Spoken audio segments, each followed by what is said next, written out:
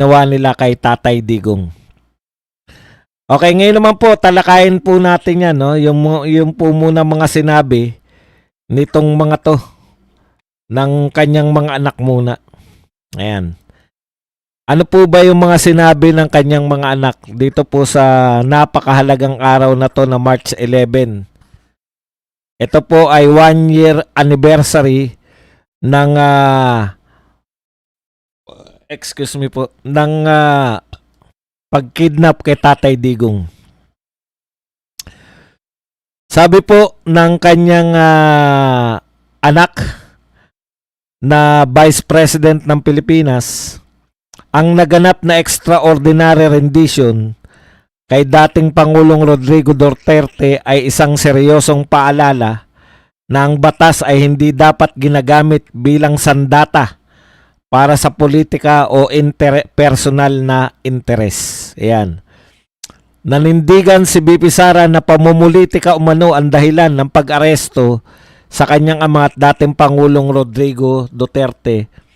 1 taon na ang nakakalipas. Pero kung papansinin nyo po, no, parang ang tatatag po ng mga anak ni Tatay Digong, hindi po sila nagwawala, wala pong ano, no. Parang sabi nga, nakalimutan ko kung si E.S. Medaldea o si Attorney Del Grey nagsabi na para natanggap na. Si Medaldea na ang iniintindi ni Tatay Digong hindi yung sarili niya nung dinala po sa dahig, kundi yung mga kasama nila. Lagi po, yun po yung pagkakaiba ni Tatay Digong, no? Iba muna yung bago niya intindi, siya po yung may edad, siya yung may edad, siya yung may sakit, siya po yung ikukulong, pero ang iniintindi niya yung mga kasama niya na mga Pilipino na kasama doon sa eroplano, etc. etc. Pati nga po yung maganda yung mga share nilang kwento na meron po isa sa mga dumakip kay Tatay Digong, pinagagalitan ng misis mismo, naririnig ni Secretary Medaldea na mali ang ginawa nyo, mali. Wala na tayong magagawa, no? Ang galing po, parang ibinigay na po ni Tatay Digong yung sarili niya, no? Ibinigay na po para sa bayan. Okay. Punta po tayo dito naman. Maganda po tong mga banat ni Pulong. Ang Marso 11 ay hindi lang isang petsa. Isa itong paalala. Ano po ang pinapaalala sa atin? Ito po ang mga sinabi ni Congressman Pulong, ang panganay na anak ni Pangulong Duterte. Ang katapatan ay sinuklian ng pagtataksil. Ang serbisyo ay ginantihan ng pag-uusig. At balang araw ay mananagot sa bayan ang mga pumayag sa kawalang katarungang ito. Hindi ito malilimutan ng mga Pilipino at ang kasaysayan ang husga. Yan po ang katotohanan, no? Maaring ngayon naawa tayo kay Tatay Digong sa sinapit niya. Pero alam ko po, ang magbibigay ng hustisya kay Tatay Digong, yung history. Kung matatandaan nyo, marami pong Pilipino nung panahon nila Rizal. Di ba? Maaring yung mga Pilipino nung panahon ni Rizal, awang-awa kay Rizal nung siya po ay binaril sa Luneta. Pero ang nagbigay po ng hustisya kay Jose Rizal, yun pong kasaysayan. Matagal na po si Jose Rizal na boto na lang ngayon, malamang. Pero ang kasaysayan po, hindi siya nakalimutan. Kaya po, pasensya na kayo minsan, dahil ako po ay mangingibig ng kasaysayan. Minsan, kung nanghihinayang ako na si Tatay Digong ay makakauwi sa Pilipinas at dito siya pakuya-kuyakoy, makakabalik, tatambay lang po siya sa Davao City. Ako po, dahil maibigin ako sa kasaysayan.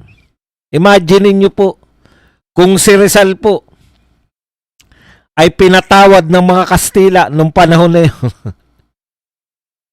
Kung hindi kaya binaril si Rizal sa Luneta, makikilala ba man lang natin kaya siya ngayon? Hindi po ba? Hindi niyo po ba naisip? Halimbawa po, may isang pari o yung kardinal o kung ano man ang tawag sa pinakamataas na pinuno ng kaparian ay pumunta sa gobernador general at nakiusap na patawarin o ibilanggo na lang si Rizal, wag nang barilin sa luneta. Sa tingin nyo ba meron tayong sineselebrate na Rizal Day? Yun po yung sa akin eh. No? Sa tindi po ng ginawa nila kay Tatay Digong, wala na pong mas maganda na pagtatapos sa buhay ni Tatay Digong kung di pagpapakabayani na. Di po ba? Na-imagine nyo po ba? Kung si Tatay Digong po, hindi po ako sa walang na ako'y utak demonyo na, no? Hindi po sa ganun eh. Nanghihinayang po ako. Ang ganda na ng istorya. Alam nyo po, isa sa pinakamalaking bagay sa kasaysayan po o para po sa pagiging bayani, pati po yung kamatayan dapat. Di ba? Dapat dramatic din eh. Imagine niyo. Yan talaga. Binigay na ni Tatay Digong sa atin ang lahat pag siya po ay binawian ng buhay dun. Masakit mang ipanalangin, pero alam mo si Tatay Digong, marunong po siya sa history. Yun lang po ang pwede kong sabihin. Kasi 100 years from now, 200 years from now, pag-aaralan pa natin si Tatay Digong. Kung siya po ay dyan po madadali sa ICC. Anyways, ano lang po yan, medyo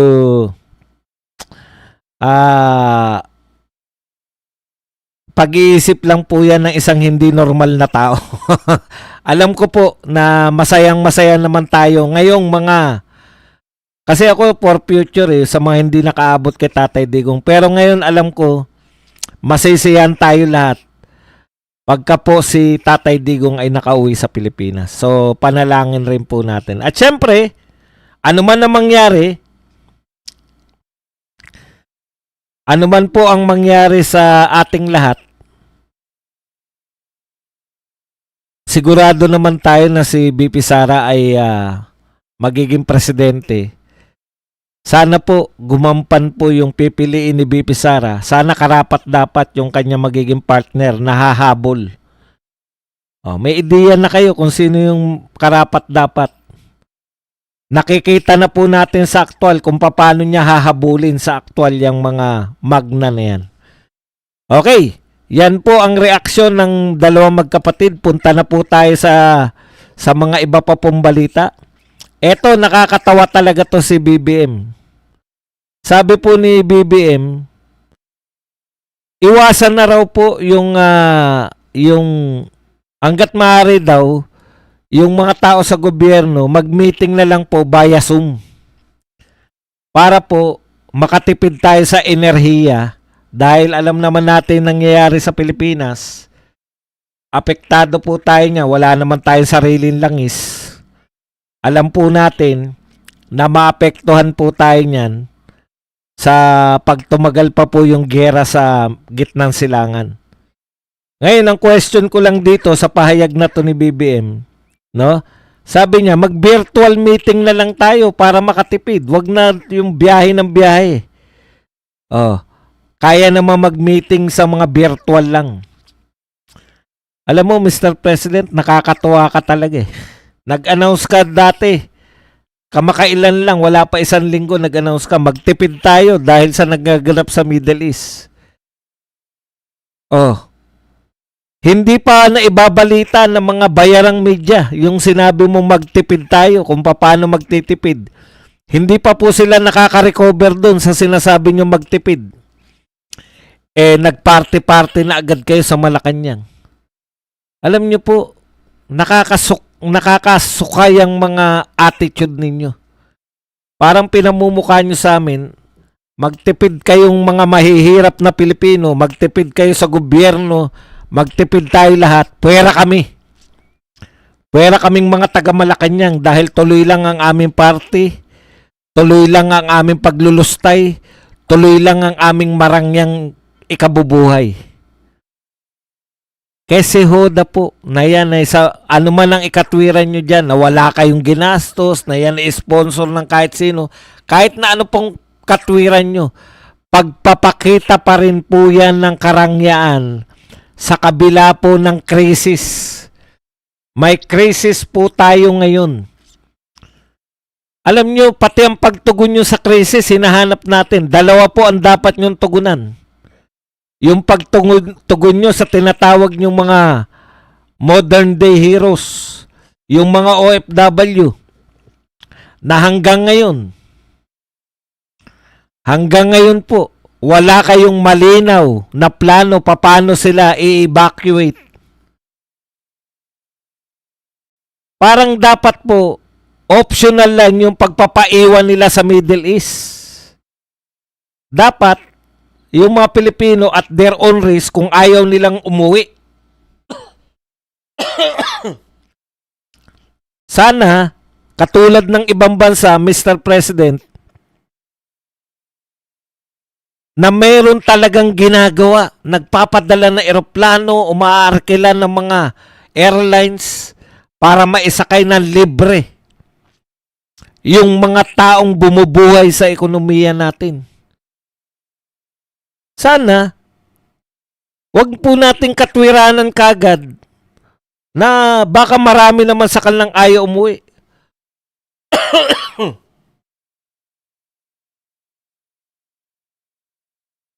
Option na lang po nila yon kung gusto nilang mag-stay sa Middle East. Nakagagawan nyo rin. Bakit? Ang iniisip kasi nila minsan, ano ba, uuwi ba ako sa Pilipinas? Anong gagawin ko sa Pilipinas? Baka ni walang tulong na ibigay sa amin tong gobyerno. Baka tokis lang yang may ayuda kami. Kung may totoo mang may ayuda, gaano lang katagal yan? Meron bang proyekto sa amin para makapag-apply kami sa ibang bansa naman? Ikalawa po na problema ng Pilipinas, habang kayo po dyan ay naghanap ng gagawin sa New York. Ito, real talk lang, Mr. President. Sabi mo, para hindi na kayo biyahe ng biyahe, mag-virtual meeting na lang. Pwede naman yun. Again, kayo na naman. Wag magbiyahe yung mga tao sa gobyerno, mag-virtual meeting na lang dahil daw para makatipid. Kayo po, Mr. President, bakit biyahe kayo ng biyahe? Buhay at kamatayan ba yung pag-attend ninyo sa Women's Summit? Mayroon po bang ibang presidente o prime minister na umaattend dyan? Zero. Wala. Nada. Kaisa-isa po na presidente na umattend sa Women's Summit. Pinapayuhan mo ang mga tao sa Pilipinas na magtipid, wag nang bumiyahe, mag-virtual meeting na lang. Malaki daw matitipid pag nag-virtual meeting. Mr. President, mas malaki po matitipid namin kung hindi na kayo pumunta sa New York. At hindi naman kayo kailangan dun. Wag nyo po kaming, ano po ikakatwiran nyo sa amin? Mag-i-speech kayo sa Women's Summit? Talaga?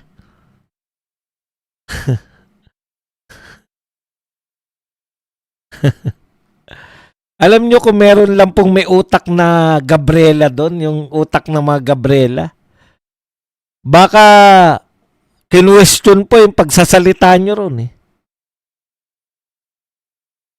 Hindi po ba mas makakatipid yung Pilipinas kung hindi na rin dadalo yung mga opisyal ng gobyerno sa mga pagtitipon na hindi naman sila kailangan? Halimbawa po, a-attend ka sa Women's Summit sa New York, hindi nga po kayo babae. Hindi nga po kayo, yun po yung masakit sa amin eh. pinapayuhan ninyo yung mga tao na magtipid, virtual meeting para hindi na raw babiyahe. Kung ikaw ay nasa Quezon City, siya nasa Makati, yung isa nasa San Jose del Monte, Bulacan, yung isa taga Pampanga. Wag na kayong bumiyahe para pumunta sa isang lugar. Sayang po yung gasolina. Mag-virtual meeting na lang kayo. Mas makakatipid po ang Pilipinas kung mayroong mga opisyal na hindi na dumadalo sa mga pagtitipon na hindi naman po sila kailangan. Natitiyak ko po sa inyo. Natitiyak ko po sa inyo na hindi po kayo kailangan dun. Kung talagang importante po yun, bakit hindi po dinaluhan ni Donald Trump at saka ni Xi Jinping? Di ba? Mas importante pa po ba kayo kaysa kay Donald Trump at saka kay Xi Jinping? Ang pagkakaalam ko po, sila po ang dalawang pinakamakapangyarihan tao sa buong mundo. Si Donald Trump at si Xi Jinping. Isa lang po yan. Pag hindi po dumalo yung dalawa na yan, hindi ko sinasabing hindi importante to. Pero hindi po siya ganun para daluhan ng presidente. Tapos nagsasabi kayo na nag-isip kayo ng paraan para magtipid. Ngayon, eto po, given na yan. Tataas ang presyo ng gasolina. Tataas ang presyo ng bilihin. Tataas ang pamasahe. Ano na po ang plano ninyo? Dalawa na po hinahanap namin plano.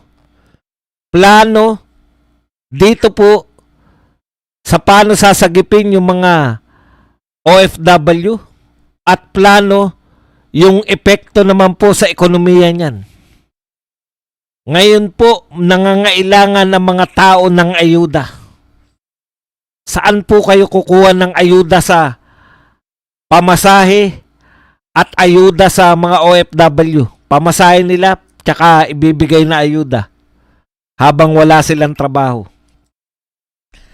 Saan po kayo kukuha ng pang-ayuda sa mga maapektuhan ng pagtaas ng presyo ng langis at bilihin? May plano na po ba kayo? Mabuti pa po ang Kongreso.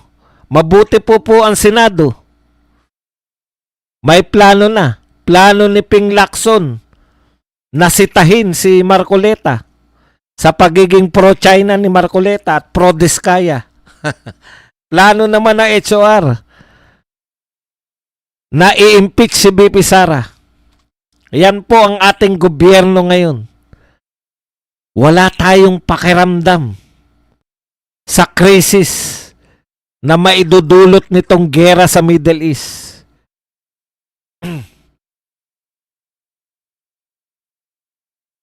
Mga manhid kayo.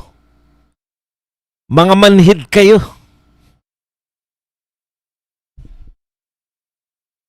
Sa kalagayan ng mga Pilipino. Tuloy-tuloy lang. May krisis o wala, tuloy ang impeachment. May krisis at wala, tuloy ang biruin nyo po, trilyon ang pinag-usapan, daan-daang bilyon. 805 billion ang pinamigay sa maleta sa Tapos wala tayong maitulong sa mga OFW. Balatuhan nyo naman sa mga maleta nyo yung mga OFW. Yung mamamayang Pilipino, magtataas lahat ng presyo ng bilihin. Balatuhan nyo naman ng maleta ninyo. Once ba na naibigay na sa inyo, bawal nang ipamigay uli sa mga tao?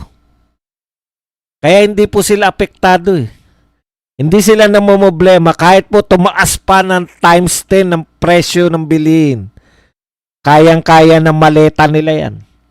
Baka nga pag nasobrahan na ng hirap dito sa Pilipinas, magsitakbuhan na lang yan sa mga mansyon nila sa ibang bansa. Ganyan po. O ngayon, mga specific po na bira natin. Birahin po natin sila ng ma-specific na pambanat. Okay. Sabi ni Lacson, sa flood control corruption, ako nga ay very passionate po. Ako dyan simulat sa pool. Passionate daw po si Senator Lacson sa simulat sa pool. Dito po sa tinatawag niyang paglaban sa flood control corruption. Ako nga po ay very passionate po ako dyan sa simulat sa pool.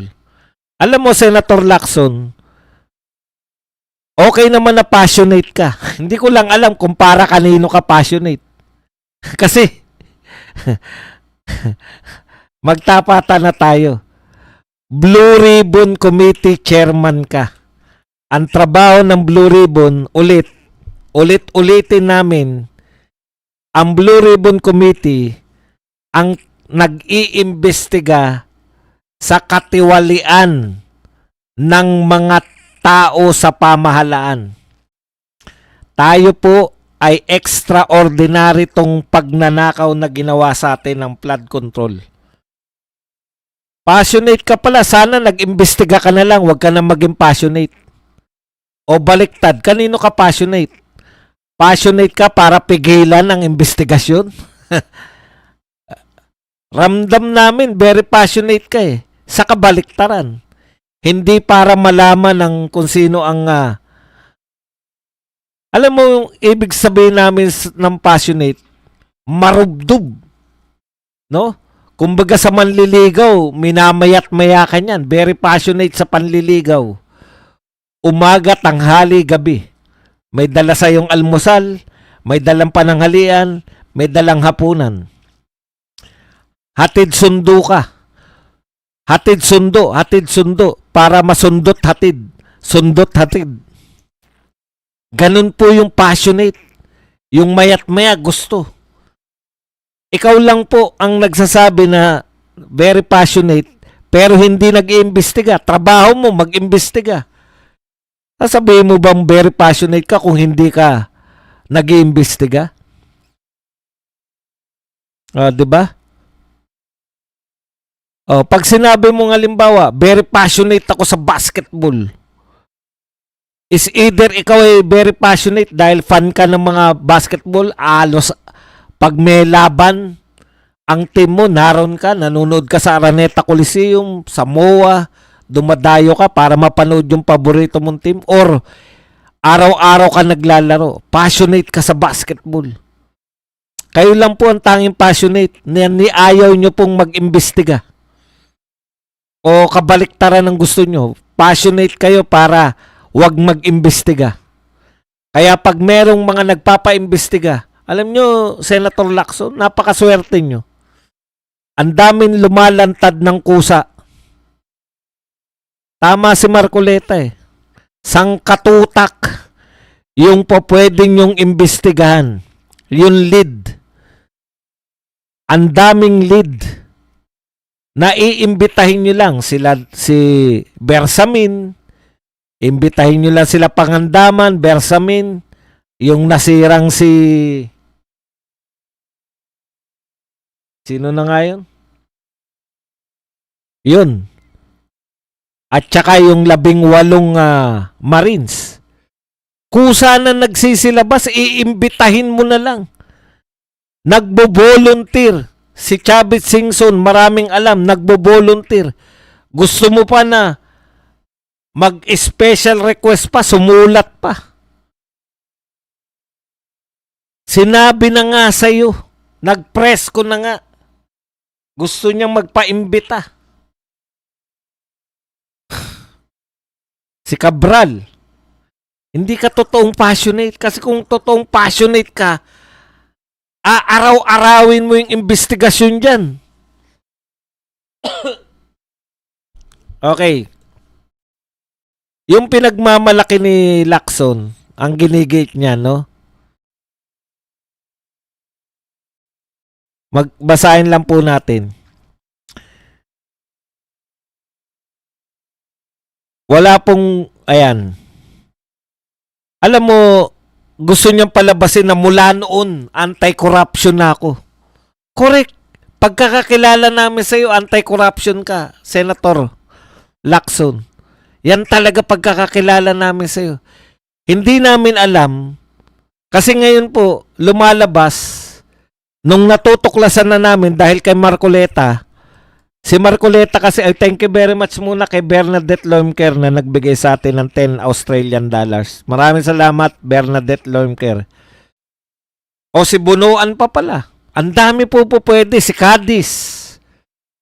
Oh, yung bagman daw di umano ni BBM. Tsaka yung mga pinangalanan ni ang dami po eh. Yung mga Gutesa. Ay, Gutesa si Diskaya. Alam mo, Senator Lacson, baka wala pang social media doon o baka dahil wala pang Senator Marcoleta noon na na-expose kayo. Kasi alam ko mahilig ka na sa mga expose noon eh. Kaya lang, walang kasing coverage nito. O ipagpalagay na natin na anti-corruption ka talaga noon. Ngayon, hindi namin maramdaman, Senator Lacson eh. It's either ganyan ka na noon, hindi lang namin nalalaman dahil magaling ka mag-project eh. Magaling ka sa mga, anong tawag nila dyan? Privilege speech. Magaling ka sa mga press con. Kasi sa press con, hindi naman kino-question yung pagkatao mo, di ba? Hindi naman kino-question yung mga sinasabi mo eh. Humihingi lang sila ng mga additional information kaya sila nagtatanong. Never nilang question yung mga ideya ng mga nagpapapress con. Okay. Ibalik ko lang uli. Baka kaya nabulag mo lang kami noon na kunwa, ganyan ang ginagawa mo noon. Kaya lang, dahil wala namang Senator Marcoleta na maglalantad sa mga ginagawa mo, it may, tsaka wala pang social media, kaya yung mga press o yung mga media, traditional media, ang projection mo talaga, napakagaling mo, ikaw napaka anti-corruption mo dahil sa tokis. Ang galing mo mag-tokis ng anti-corruption eh. Pero sa totoo po, ngayon po kayo na-challenge. Alam nyo, nanghihinayang ako. Ito po, dahil nga ako, sa totoo, mahilig po ako sa history, no? Hindi mo ba nakita, sinasayang mo yung chance, Senator Lacson, na habang buhay ka na sana, na pinag-uusapan sa Senado? Tuwing pong babanggit, halimbawa po, yung Napoles, lagi po nababanggit yan. Pag meron pong magre-research balang araw na Napoles, lalabas po ang mga pangalang Senator Ginggona, TG Ginggona. Yung anak to ni Ginggona, alam niyo po, hindi na siya senador ngayon. Talo siya. Pero lagi po siyang lalabas pag meron pong, kasi siya yung Blue Ribbon Committee chairman nung panahon ni Napoles. Kaya pag may nag-research po ng mga greatest accomplishment ng Blue Ribbon Committee, lalabas po yung pangalan ni TG Ginggona. Ikaw, Senator Lacson, sayang oh. Yung sa'yo, yung ngayon lang, yung makasurvive lang, yung may pinangangalagaan ka ngayon. Makasurvive lang yung gusto mong pangalagaan. Yun lang yung purpose mo. Kung tinutuo mo yung pagiging Blue Ribbon Committee mo, imaginein mo, pag-uusapan ka, lahat ng mga senador ngayon, tigok na, pero pinag-uusapan ka pa rin. Eto, yung Blue Ribbon Committee chairman na napakatapang. Siya lang ang nagrekomenda sa presidente ng Pilipinas. Halimbawa, ito ang, kasi sabi mo, susundan yung yung ebidensya eh. Halimbawa, ang rekomendasyon mo, sampahan ng kaso ang presidente, ang speaker, ang mga committee, finance committee chairperson, ang kung ilang congressman, kung ilang senador. Antindi nun. Matatala ka sa kasaysayan nun.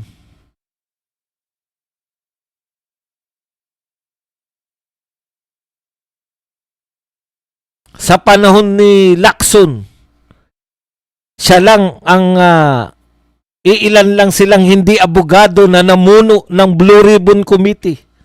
Pero sa panahon niya, nakapagrekomenda na ipakulong ang mga mastermind, natukoy nila ang mastermind. Yung ginagawa mo ngayon, isang henerasyon lang, nakalimutan ka na. Senator Lacson. Yan yung mga walang, hindi marurunong sa history. Alam mo, nagsimula ang pagdududa ko kay Senator Lacson nung nagbibigay po siya ng payo kay kay Libiste. Naalala niyo si Libiste, yung kainitan ni Libiste? Yung bigay niya ng payo, ako din nung una, ganyan ako eh. Banat lang ako ng banat eh. Mag-ano ka? Yun. Sabi ko, ibang klase tong payo nito. Imbis na payuhan yung bata na ituloy mo yan, kung tama sa tingin mo, tama yung ginagawa mo, ituloy mo. Di ba? Dapat ganun ang mga payo niya, hindi eh. Ganyan din ako nang simula eh. Pero, pag tumatagal ka, ayan po yung sinasabi niyang pag tumatagal, nagiging compromising ka na. Hindi yan pagtatawanan, Belinda Castro Mayor, ni hindi na maaalala yung mga yan. Napakahaba ng ginawa nilang panunungkulan sa Senado, pero ni walang makakaalala sa kanila. Kasi wala naman silang iniwan eh. Sinasayang nyo yung pagkakataon. Tapos hanggang dyan na lang, pagtatanggol nyo. Ako nga, very passionate eh. Wag ikaw. Si Marcoleta, hindi niya sasabihin yan. Mga tao magsasabi kay Marcoleta na magaling na to sa Blue Ribbon. Mga tao nagsasabi kay Tatay Digong na magaling na Pangulo yan. Hindi niya sinabi na ako pinakamagaling na Pangulo. Hindi po. Tayo nagsasabi.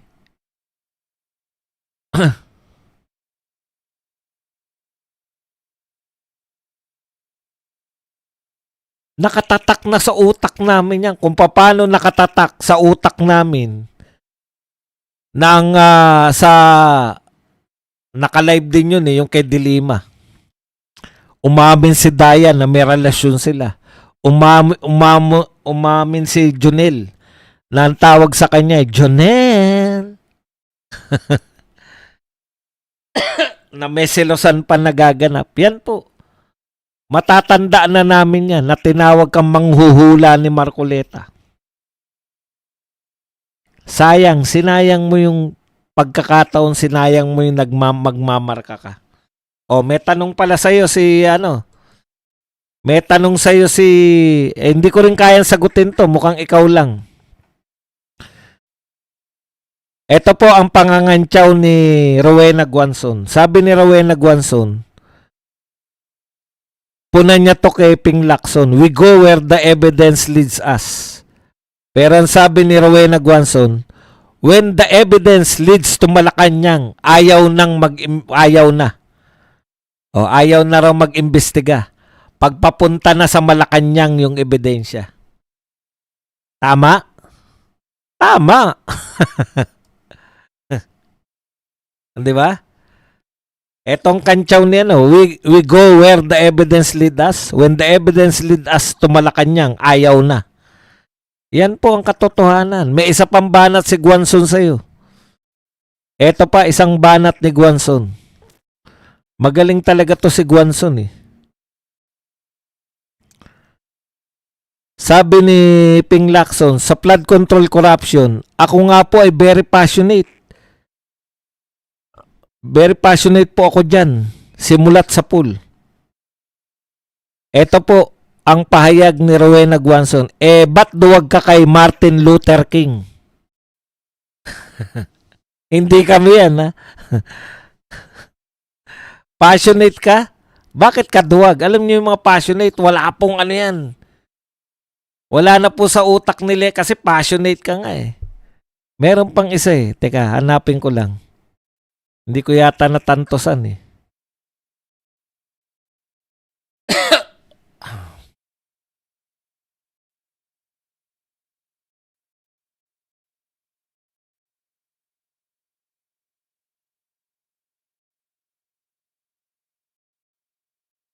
Ano ba yung sinabi?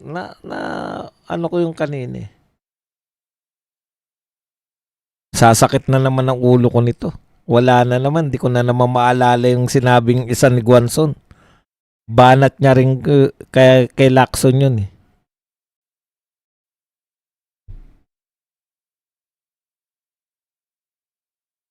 Teka lang ha. Para hindi lang po sumakit ang ulo ko, hanapin lang natin kung ano yung binanat ni Lacson.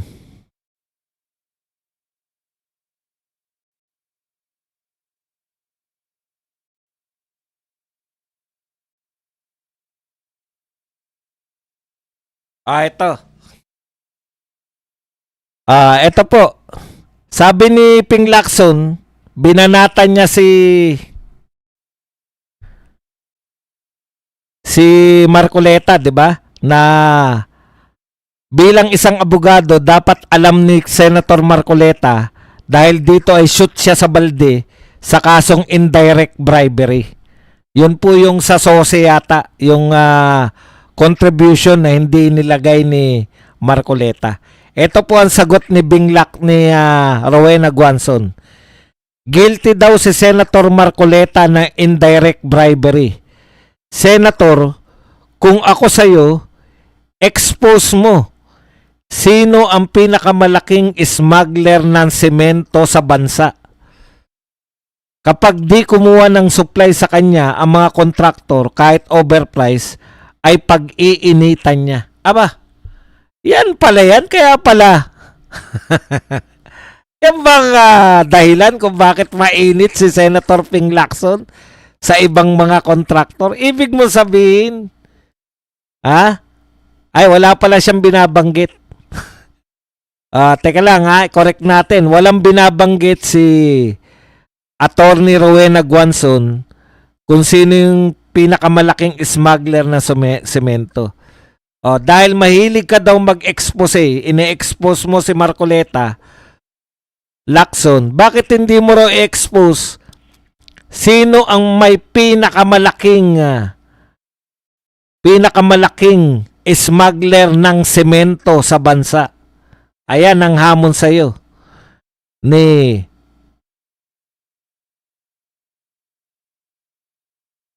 Attorney Rowena Guanzon. Ito pa.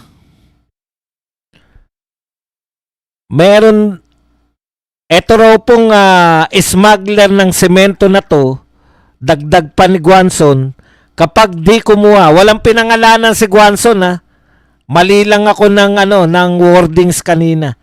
Hindi niya pinapangalanan si Ping Lacson. Kanina yata nasabi ko si Ping Address niya kay Ping. Ayan, tatama natin Ang sabi ni Rowena Guanzon, i-expose mo sino pinakamalaking smuggler ng semento. Ayon pa kay Rowena Guanzon, yun daw pinakamalaking smuggler ng semento na to, kapag di kumuha ng supply sa kanya mga kontraktor kahit overprice, ay pag-iinitan niya. Kita mo, Senator Lacson? I-expose mo yan at hindi namin kilala. Mali ako ng pang-intindi lang kanina. Kala ko may kinalaman ka dyan. Gusto lang pala ni Guanzon na i-expose mo. Ayan, tagal mo ng senador, hindi mo pa kilala yan. Di ba? Anong klaseng Mr. Expose ka kung hindi mo kilala yung pinakamalaking smuggler ng semento? Expose mo na. Para makilala namin. At pinag-iinitan pa. malamang merong kamag-anak yan na mataas ang posisyon.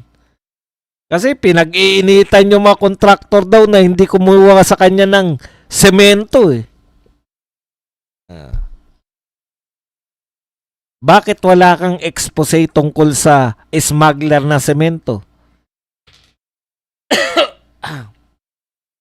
Nung binabasa ko yan, oo nga no, bakit hindi niya in-expose yung smuggler na yan? Ayan ang isa sa mga palaisipan para sa ating lahat.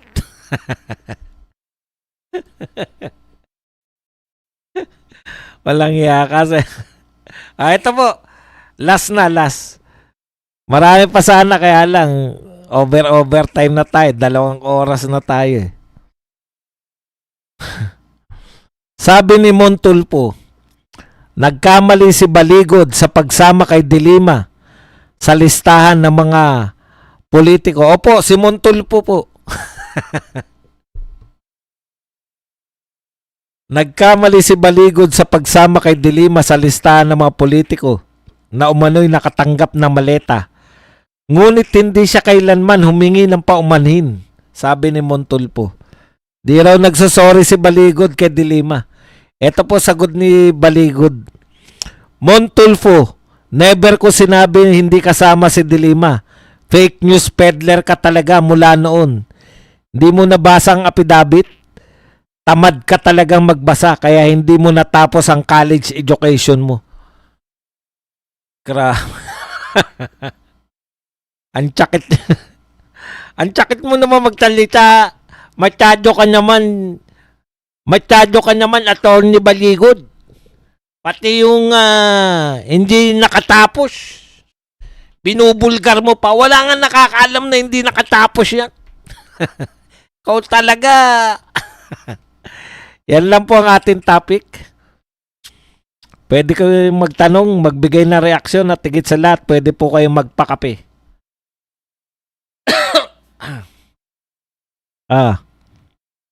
Boom, sabi ni Bilindra Castromayor. Good PM Kuya Bads.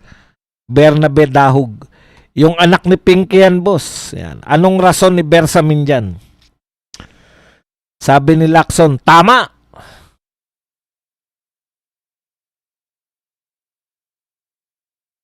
Oh, ano na? Nangawit na ba kayo?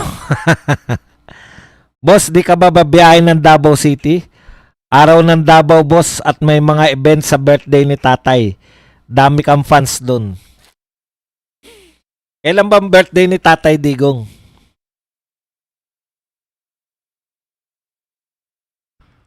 Oo nga, no? Makapunta kaya sa Davao, no?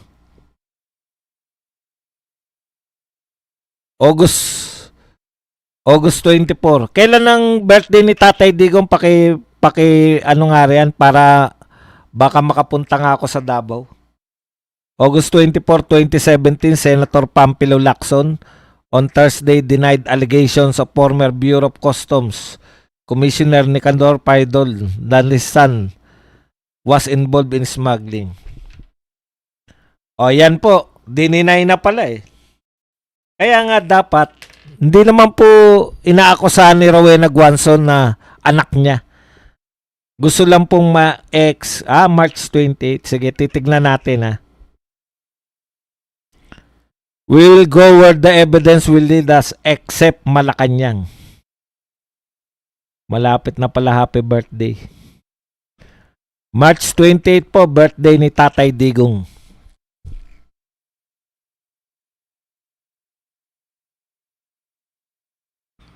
Sana lahat kaming birada, no? Mag-special kami, dun kami, no?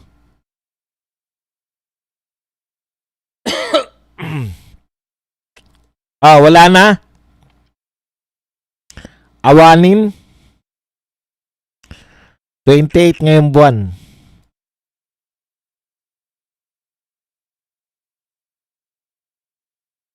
Maganda-handa na po kayo.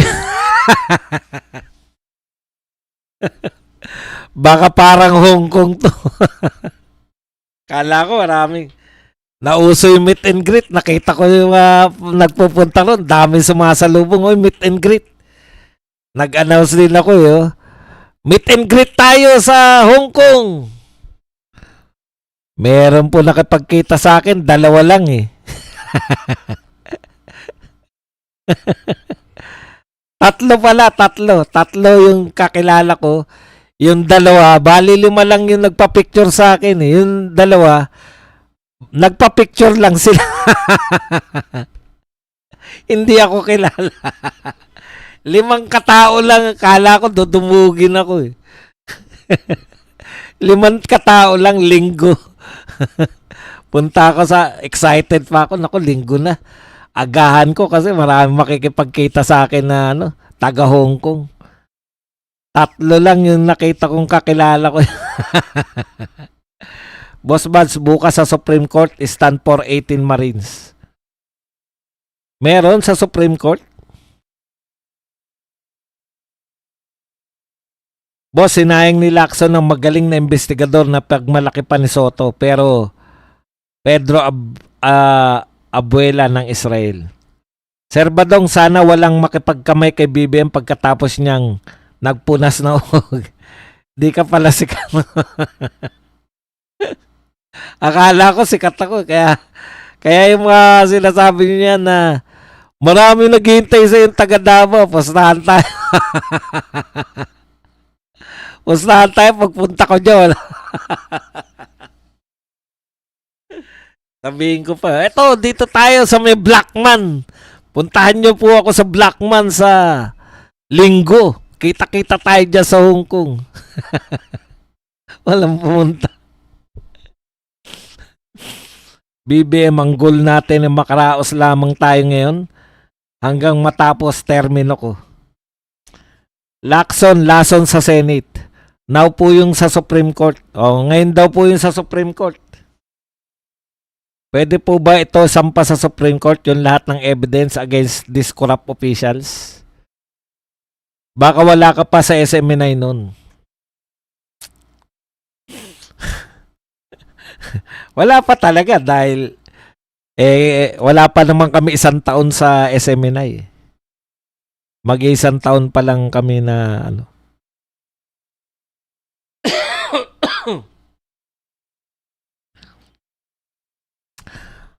Magandang hapon, Sir Badong, watching from CDO. May balita ako, may nakuhang pwesto si Pinky sa labas ng Quiapo Church.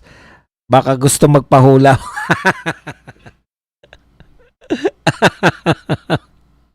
Nahulaan yung sasabihin ni Marcoleta. Ayoko na makinig. Sawan-sawa na ako sa pro-China yan. Manghuhula ka pala. Kala ko magaling ka na investigador. Manghula. Ay, meron pala siyang sinabi kung bakit lagi siyang binabanata ni Marcoleta. Ito po ang huling sinabi ni Lacson. Dito na po tayo magtatapos. Siguro dahil mas pogi ako sa kanya. Ang galing mo. At dahil dyan, tayo po ay mamamaalam na. Maraming salamat po sa inyong lahat. Hanggang dito na lang. Hanggang sa susunod. Mamayang gabi po uli. Boss Davao yan. Lahat ng vlogger ni Duterte kilala dun. Yan. Kinilabutan ako kahapon. Sabi ni Lacson, passionate daw siya sa corruption. Sa corruption siguro. Hindi sa pagiging anti-corruption. Oy, Old Smith. Ayan. Padong Aratilis po. Paalam. Bye-bye. Thank you very much. Love you all. Bye.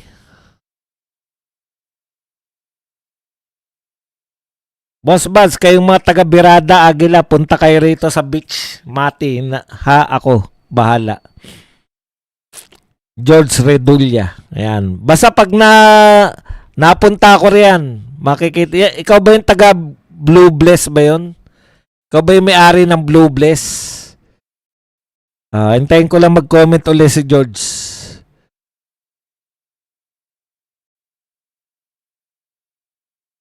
Sino nakaupo ngayon si BP Sara ba? Nasa New York si BBM eh. Tanong lang po. Hindi na po nilalagay si BP Sara. 3 yung nilagay, isa doon si Recto. Magandang umaga po, Boss Buds.